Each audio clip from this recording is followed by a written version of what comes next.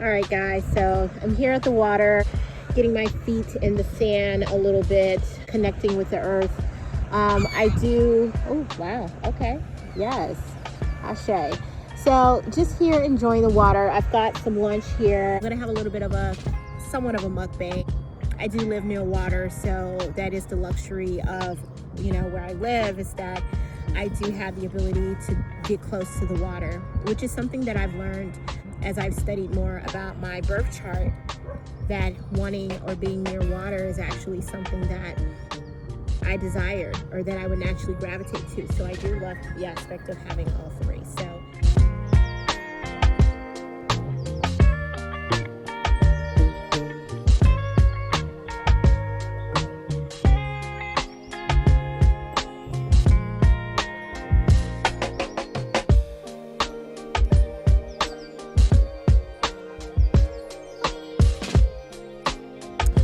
hey guys, Alicia here with the Earthy Girl Experience. I am here at the water today.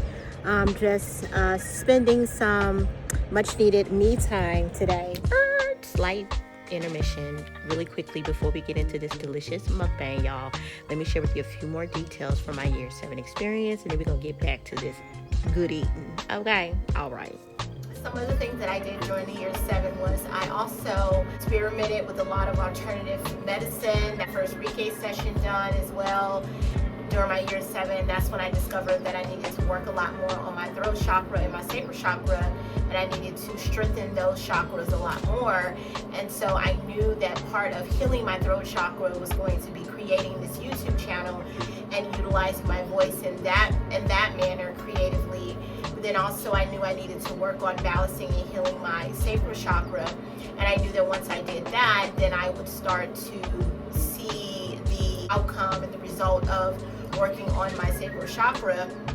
And that came in the form of all of the downloads I was getting for different creative ideas, the idea of starting the jewelry line. I had already been meditating for a couple years by the time I reached my year 7. I've got my jackfruit veggie flatbread here that I'm gonna have and I'm gonna try.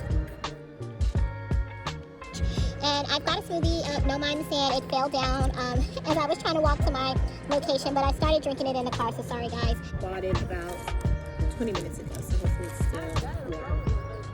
So let's take a bite here. Oh, yum, pizza. Pizza on the beach. It doesn't get any better than that. Absolutely. That was a fun moment. And she's right, it doesn't get any better than that, you know?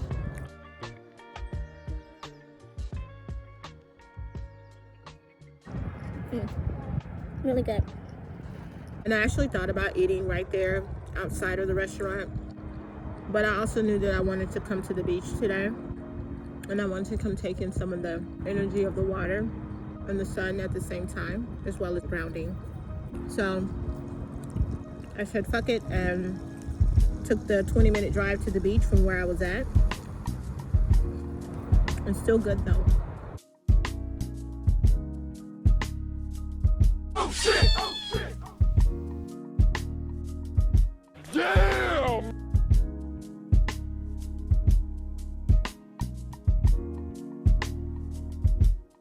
Before I left the restaurant where I picked this up, I put a little bit of red peppers on it, good for the blood. This also has vegan cheese on it as well, so. It looks like it has broccoli, onion, spinach, peppers, mushrooms, jackfruit. Looks like it has some green pesto and vegan cheese. Very good. Very good.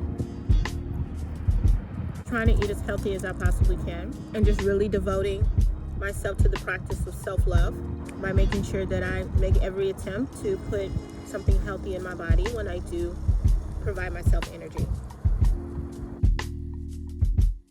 It doesn't happen all the time, but I damn sure work hard at trying. So I'm gonna sit here, I'm gonna have my pizza, I'm gonna drink the rest of my smoothie here, and I'm gonna take in some sun, do a little bit of journaling, because that's also necessary whenever you are taking time for yourself and you are utilizing the opportunity to have introspection. And so I'm going to do that. I'm going to enjoy the rest of this pizza. I'm going to come back later and talk a little bit about how I kind of ended up here today.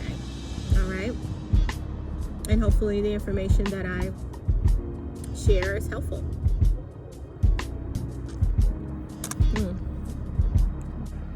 Making a mess over here, but who cares, right? I'm enjoying the moment, and this pizza is amazing. So yeah, that was me back in October of 2022 during my personal year 7 journey. And if you haven't had a chance, go back and watch part 1 of this series. But nevertheless, I was taking an opportunity on this day to really try to dig deep and figure out what my next steps were in the process, because I had just went on FMLA the week prior from my job because my health had just really gotten to a point where it was interfering with my everyday life. So on this particular day, I had decided that I was going to come out to the beach, have some lunch by myself, do some meditation and some journaling as well.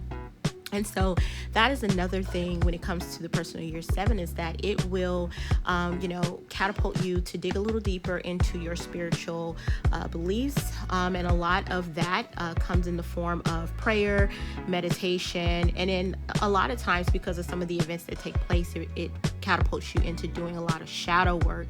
And so that is what a lot of the experiences that I had during my year 7 did for me, especially when I lost that loved one that I considered to be like a father figure in my life.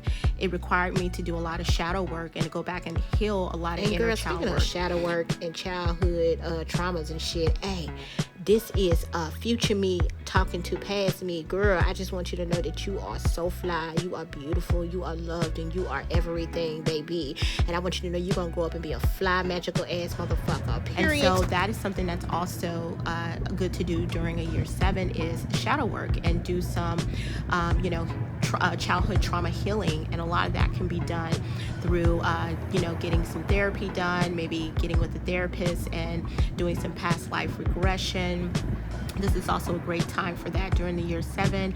Also, linking up with spiritual gurus so that you can learn a little bit more about how you can elevate in your spiritual awakening.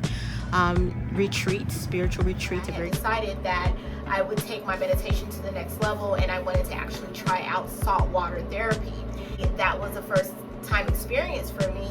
It was something new, but it was still along the lines of meditation, and it was very healing and therapeutic for me. I'm about to walk inside and have my very first experience with saltwater flotation therapy. So if you've never had it before, you don't even know what it is, then definitely stick around. I'm going to give you guys some insight and take you on the journey with me. If you are someone who has done saltwater flotation therapy, share your experience down in the comments. I'd love to hear what it did for you. This is my very first experience with this, guys. I've been wanting to do this for a long time, and it is definitely needed right now with everything that I'm going through right now currently in my life as it pertains to my health. So I'm really excited for this experience. Stick around. You guys are going to get lots of insight into the what it looks like and what the process is like. And then of course at the end I'm going to come back and give my thoughts at the very end. Okay, I love you guys for watching. See you soon. Bye bye. Okay, y'all, so this is the float tank that I ended up floating in. I didn't get any footage while I was in there, y'all. I'm sorry. At the time when I went in there, I didn't know how it was gonna go. This is the little shower area where I was able to go like rinse off before and after getting into the saltwater float tank. So it was a little cute setup, little private room and everything with a shower, and that's the tank right there that you got in. I'm gonna go back, y'all, and I'm gonna get some actual footage, but literally once I walked in there, they literally gave you like 5 minutes to change your clothes and get into the tank when it started. So I didn't come prepared, already ready to get in the tank, or otherwise I would have been able to get some footage of me like kind of being in there and getting in the tank. But I'm gonna go back and do it, y'all, I promise. So stay tuned for that. Back to the video. I had MRI scans done, CAT scans done. I just, had a lot of tests ran and things of that nature during my year 7. And ultimately I ended up finding out and being diagnosed with chronic migraines. And I also ended up being diagnosed with a brain condition called Kamari malformation. Now listen, before y'all jump down my throat, I know I just said Kamari, but it is not Kamari with an M. It is Kiari malformation. It's the name of the brain condition. So I just want to take this quick little moment to come in here and this little intermission and just let y'all know that me being my Virgo rising self child, I'm sitting up here and editing the video, for you guys, and realize I said Kamari like an old country girl. Well, I am from the South, but I straight said Kamari when it was supposed to be Kiari. Okay, so leave me alone. I know what I did. I said what I said. Oh well. But that was ultimately the results that came about from my year 7 experience. And what was funny was that when my health started kind of coming at a head, I had already had an MRI done the year prior. But just things happened, and I never was able to fully complete. Oh, I know what happened. So I had initially had an MRI done during my year 6, actually, and I ended up having an allergic reaction to the contrast because they were actually trying to just check to make sure that I didn't have like MS or I didn't have lesions, because I was having a lot of nerve issues during my year 7, and I have been dealing with nerve issues for a very long time, and I was really wanting to get to the bottom of what was going on with me. And so what happened was, when my health came to a head in my year 7, I ended up going to the doctor, and they ended up having me go back and pull the records from my first initial MRI. And it was from those results of that initial MRI that I actually read and found out that I had the brain condition. But of course, because that MRI was old, I had to get it redone during my year 7.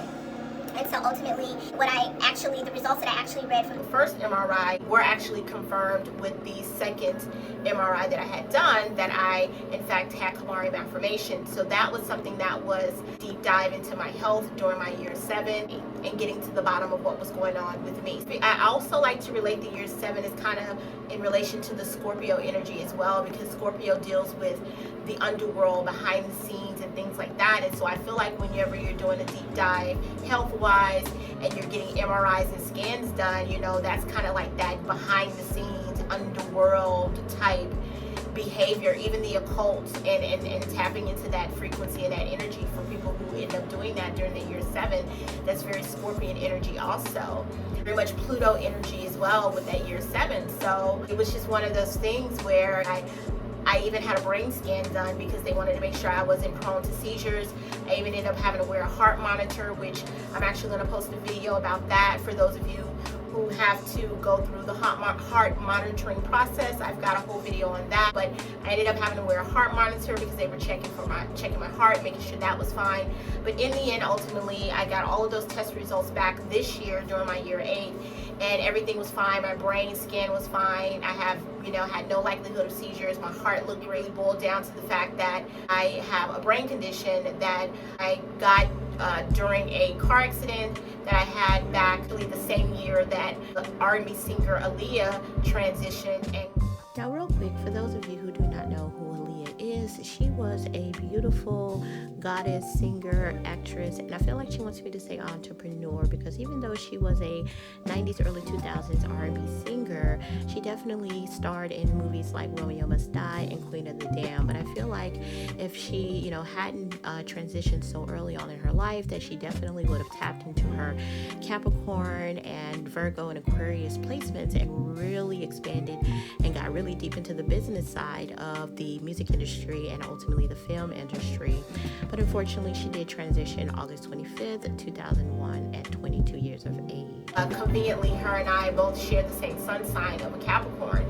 And the exact same day that Aaliyah had her plane crash was the same exact day that I had a really bad car accident and I suffered really bad burns on my face and I had really severe whiplash. And so Kamari malformation can come from the trauma. Was the discovery from doing the deep dive during my year 7, when I, really wanted to get to the bottom of my health. All right. And so even now, being in a year 8, and even though I'm working more towards achieving abundance, right, in all areas of my life, I'm still just with you guys, along with you guys, according to this Gregorian calendar, I'm still experiencing remnants of the year 7. And so the journey still continues for me. And so in fact, the next step in the process for me to really take and get a good grip and take a handle of my health. If you're a Virgo rising and you're an astrologer, you know that, right now for Virgo risings, focusing on our health is something that's coming up for us. And so it's actually perfect timing because I had purchased a food tolerance test, and I've been holding on to it for quite some time. I have been waiting to do this video so that I could actually document the process, but it's the next step in using science to figure out what my body truly needs in order for it to be able to perform at its optimum performance. And so tried everything from being vegan and cutting out dairy and things like that, and of course I'm still doing that. That's still a process that is occurring in my life, right? But I really want to get the scientific data behind what it is that my body truly dislikes and what it truly needs to be able to perform at top performance. So I actually have the food tolerance test here. I've been holding on to it for some time. I ordered this off Amazon. I'm gonna do a video where I document that process as well, but I feel like that falls under that year 7 energy. And so this was something I wanted to do last year, but I didn't get around to it because I was so busy trying to do all the other tests as it relates to my health and really trying to get to the bottom of it. Now it's about figuring out what I'm putting into my body that could be further contributing to the inflammation that, you know, I could be having, you know, because inflammation causes a lot of issues as well. So I want to try to eliminate that. So that way the only thing that I'm truly dealing with is the effects of having the brain condition. And so that again is another part of the 7-year journey for me. So even though I'm in a year 8 and I'm doing things like, you know, now finally recording my YouTube channel, putting videos out there, putting out my jewelry line, and really just starting to create different ways to be creative and utilize my sacral and throat chakra and really continue to work towards healing that. I'm still in that, you know, research portion under the collective year 7 energy. And so I'm going to utilize that to my advantage by doing this food tolerance test. So I have another video with that. You guys can walk with me through that journey if you're interested in that, so that I can really truly start to make lifestyle changes that are going to ultimately and make those lifestyle changes not just based on what I enjoy eating or what I like, but also but only really solely based on what my body truly needs. But you know, it's really a good time for a lot of discoveries and revelations from your past to come forward. So a lot of you will begin to get answers to a lot of questions that you've had about your past, or even just like your ancestry line. That was also something that I, you know, had an opportunity to finally do during my personal year 7 last year, and I'll put a little clip of that as well in here. So some of y'all may recognize this screen if you've had the ancestry test done before. You will recognize this screen for your results from the ancestry test, but this was my results from one that I had, and then also I had the 21andMe ancestry results done as well. So these are just some snapshots of the results that came back for me, and so I'll talk about that more in another video. But yeah, this was cool to be able to find that information. And this, my friends, is the perfect example of utilizing the age of Aquarius to maximize your year 7 experience. And I really enjoy learning about my lineage and my background and where I derived from during my year 7 when I did my ancestry test. So it really allowed me to get to the center core of who I am and really help to map out why I'm drawn to what I'm drawn to. And so with the age of Aquarius being the ruler of technology and information being instantly available to us at a blink of an eye, why wouldn't we take advantage of the advances in technology to really get to the core and go within and find out what it is that makes us tick, or what it is that's causing us issues, really and finally get the answers that you've been looking for. And so that's what the year 7 is about. It's about personal growth, going within. It's about cracking open your birth chart and learning about who you are, and then adjusting your life accordingly based off of the discoveries that you find out about yourself. And so, you know, some people who are into numerology and understand what the year 7 consists of may think about the year 7 and start freaking out and start thinking, oh my gosh, you know, life's going to get turned upside down and I'm going to have, you know, a bunch of, you know, different things happening. But understand that every experience that we have is meant for us to grow. And so, you know, at the end of the day, we're all having our own personal experience. And so for me, the year 7 allowed me to expand. It allowed me to grow and start my own business. And that's exactly what you're seeing as you're watching this clip of me on the beach journaling, because I filmed this during my year 7. And because at that time I knew that at some point I was going to be starting a YouTube channel, and that I wanted to make sure I had enough footage prepared for the launch of this channel. And so, you know, that was part of my planning and strategizing, was, you know, filming myself while I was in the process of going through my year 7, so that, you know, you can have a real life experience to kind of, you know, base yourself off of. So if you've watched this video and did the math and realized that you are in a year 7 and you don't know what the hell to do not freak out. First thing first, get your journal, start journaling, start reflecting on your life so far. If you don't know what to write about, journal about your dreams. You know, sometimes spirit tries to speak to us through messages. And if you can't write, or if you have a hand injury, or you don't like writing, then bitch, get a recorder and or get your phone and start recording yourself, and do what I call auto journaling. Okay, that's an easier way to do that. And so that is my recommendation for the year 7. I hope that you guys enjoyed this series. Of course, there's going to be more to come, because things that took place in a year 7, they're going to kind of roll over into a year 8, and, you know, contingent on how big the transition was or the change was. And you may see the effects of it for a little while. So I hope you enjoyed it. Leave your comments. I'd love to know, if you've had a year 7, how that went for you, because again, we all have experiences that are different, and we're all here to learn and grow and exchange information. And it helps me with my North Node in Gemini. So I'm gonna enjoy the rest of this pizza, guys. I hope wherever you are watching this that you're having a beautiful day,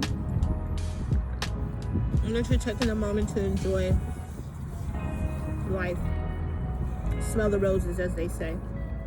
And even if that means pulling up to the water and having lunch by yourself, I hope you make the best of your day.